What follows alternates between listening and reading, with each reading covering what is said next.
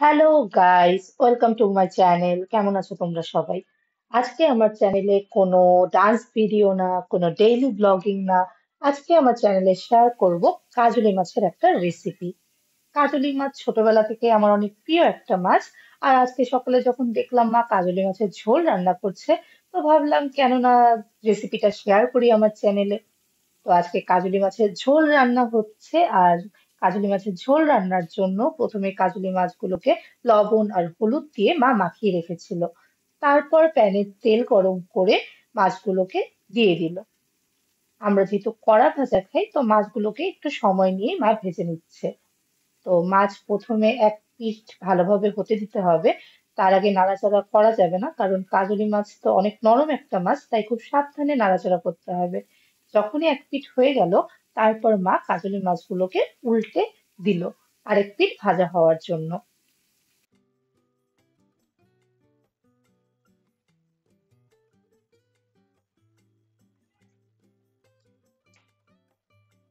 তোমার মাছ উল্টানো হয়ে গেছে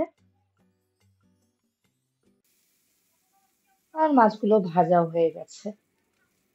এখন মা মাছগুলোকে একটা বাটিতে নামিয়ে নিচ্ছে। দেখছো মাছগুলো কি কড়া ভাজা হয়েছে? এই মাছগুলো এমনিতেও খেয়ে নেওয়া যায় ঝোলে দেওয়ার আগে। আর ঝোলের জন্য মা রেখেছে এখানে বেগুন, আলু। আর মা বলেছে ডাঁটাটা অপশনাল, দিতে চাইলে দেওয়া যায়, না চাইলে না দেওয়া যায়। সেই সঙ্গে ছিল বেশ কিছু কাঁচামরিচ। এখন মাছ ভাজার কড়াইয়ে আবার তেল দিয়ে গরম হয়ে এলে দিয়ে দিল কালো জিরে। কালো জিরে দেওয়ার একটু বাদেই মা দিয়ে দিল সবজিগুলো। কাঁচামরিচ বাদে বাকি সব সবজিগুলো একসঙ্গে দিয়ে দিল। আলু, বেগুন, ডাঁটা সবই দিয়ে দিয়েছে, খালি কাঁচামরিচটা দেয়নি। এখন সবজিগুলো ভাজা ভাজা করছে।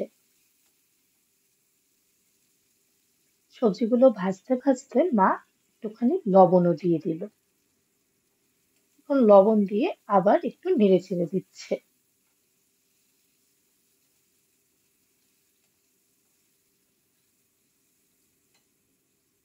এখানে একটু কাট করিনি, কারণ যাতে তোমরা বুঝতে পারো কতটুকু সময় সবজিগুলোকে ভেজেছে। তারপর মশলা দেওয়ার আগে মা কিছুটা জল দিয়ে নিল। একদম সামান্য কিছু জল, যাতে মশলাগুলো দেওয়ার পরে পুড়ে না যায়। এখন দিয়ে দিচ্ছে হলুদ।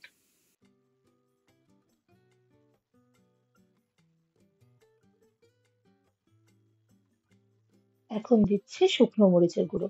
খুবই সামান্য একটু শুকনো মরিচের গুঁড়ো দিয়েছে, জাস্ট ফর কালার।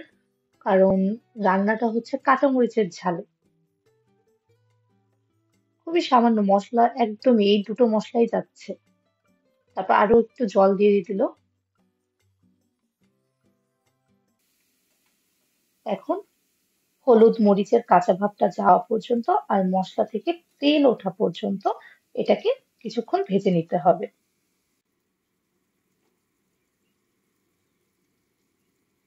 খুব বেশি সময় না, হয়তো বা 1 মিনিট।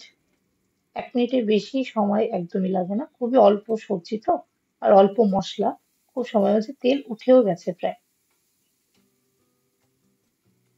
মা এখন মাঝখান থেকে ছিঁড়ে রাখা কাঁচামরিচগুলো দিয়ে দিচ্ছে। আর সেই সঙ্গে ভেজে রাখা মাছগুলোও দিয়ে দিচ্ছে। আর সেই সঙ্গে একটুখানি জলও দিয়ে দিচ্ছে। জল দেওয়ার পর মা মাছগুলোকে একটু নেড়ে নিচ্ছে। এই তো রান্না প্রায় শেষের দিকে। আর বেশি সময় লাগবে না। এখন দেখছে একটু আলুগুলো গলেছে কিনা। আলু গলে গেছে এতটুকু সময়ের ভেতরে। মায়ের মনে হচ্ছিল আর একটু জল লাগবে, তাই আর সামান্য একটু জলও দিয়ে দিল। এখন গ্যাসের ফ্লেম একদম লোতে রেখে মাছগুলোকে অল্প কিছু সময়ের জন্য ঢাকা দিয়ে দিল। প্রায় 1-1.5 মিনিট পরে ঢাকাটা তুলে মাছগুলোকে হালকা হাতে নাড়িয়ে নিচ্ছে মা। এখন দেখলো ডাঁটাটা গলেছে কিনা। ডাঁটাটাও গলে গেছে। এখন লাস্টে মা কিছুটা কালো জিরের গুঁড়ো, খুবই সামান্য একটু কালো জিরের গুঁড়ো দিয়ে দিল। আর একটা বাটিতে একটু চালের গুঁড়ো সামান্য একটু জল দিয়ে গুলিয়ে ওটাও দিয়ে দিচ্ছে। চালের গুঁড়োটা দিচ্ছে যাতে ঝোলটা একটু ঘন হয়ে যায়। এবার মা মাছগুলোকে খুবই সাবধানে নাড়িয়ে চাড়িয়ে দিচ্ছে। খুব বেশি সময় না, একদম 1 মিনিটও লাগবে না। জাস্ট একটু কড়াইটা দিয়ে নাড়িয়ে চাড়িয়ে মাছগুলোকে নামিয়ে নেবে। তো মাছ রান্না হয়ে গেছে, এখন মাছগুলোকে নামিয়ে নিচ্ছে।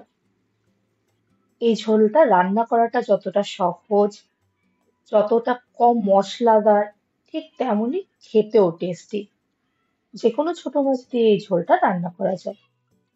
রেসিপিটা ভালো লাগলে তোমরাও ট্রাই করতে পারো। Bye bye, thanks for watching.